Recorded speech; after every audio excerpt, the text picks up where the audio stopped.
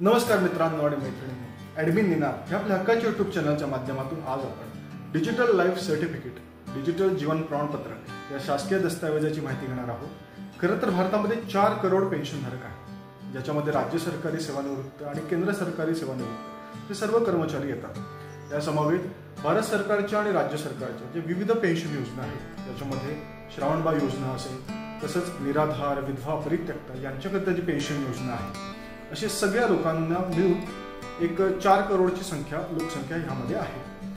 आणि ह्या साऱ्यांना दर वर्षाच्या अखेरीस 30 नोव्हेंबरपर्यंत ते जिवंत असल्याचा पुरावा, हयात असल्याचा दाखला त्यांच्या ऑथॉरिटीकडे जमा करावा लागतो, तरच त्यांची पेन्शन चालू राहते। याकरिता jivanpraman.gov.in हे ऑफिशियल वेब पोर्टल शासनाने सुरू केलेलं आहे।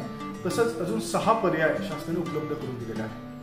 आपण घर बसल्या 5 मिनिटांमध्ये देखील जीवन प्रमाणपत्र स्वतः डाउनलोड करून घेऊ शकतो। जीवन प्रमाणपत्र नक्की काय आहे, त्याला अप्लाय कसं करायचं याबद्दलची इत्थंभूत माहिती पुढील व्हिडिओतून आपण घेऊया। 2024 साठी पेन्शनधारकांना जीवन प्रमाणपत्र सादर करण्यासाठी 6 पर्याय उपलब्ध करून देण्यात आलेले आहेत, ज्यात डिजिटल लाईफ सर्टिफिकेट आणि आधार आधारित प्रमाणीकरण समाविष्ट करण्यात आलेले आहे। पेन्शनधारकांना 30 नोव्हेंबरपर्यंत वार्षिक जीवन प्रमाणपत्र लाईफ सर्टिफिकेट देणे सरकारने अनिवार्य केलेले आहे। याकरिता 6 विविध पर्याय उपलब्ध आहेत। डिजिटल लाईफ सर्टिफिकेट ही बायोमेट्रिक सपोर्ट असलेली डिजिटल सेवा आहे। फिजिकल जीवन प्रमाणपत्र सादर करण्यासाठी म्हणजे बाय हँड देण्यासाठी वितरण एजन्सीच्या कार्यालयात जाण्याऐवजी पेन्शनधारक आधार बेस्ड बायोमेट्रिक प्रमाणीकरण वापरून डिजिटल लाईफ सर्टिफिकेट तयार करू शकतात। पेन्शनधारक त्यांचा आधार क्रमांक आणि पेन्शन खात्याशी संबंधित इतर माहितीचा उपयोग करून निकटच्या CSC सेंटर, बँक शाखा किंवा शासकीय कार्यालयाला भेट देऊन बायोमेट्रिक प्रमाणीकरण करून जीवन प्रमाणपत्र सादर करू शकतात।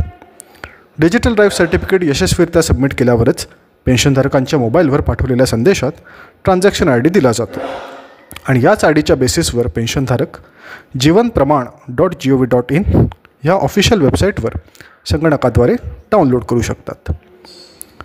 जीवन प्रमाणपत्र सादर करण्यासाठी दिलेले 6 पर्याय कोणते आहेत?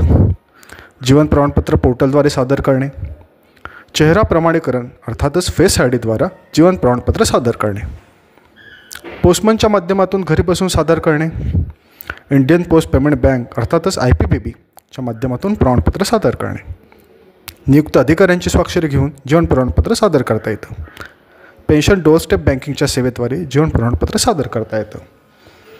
पुढील व्हिडिओमध्ये आपण jivanpraman.gov.in या ऑफिशियल वेबसाईटद्वारे तसंच 2 मोबाईल ॲप्लिकेशनच्या माध्यमातून जीवन प्रमाणपत्राला कसं आवेदन करायचं आणि ते डाउनलोड करून घ्यायचं या साऱ्याची माहिती घेणार आहोत। अशाच नवनवीन व्हिडिओकरिता ॲडमिन निनाद या चॅनलला लाईक, शेअर आणि सबस्क्राईब करा। धन्यवाद।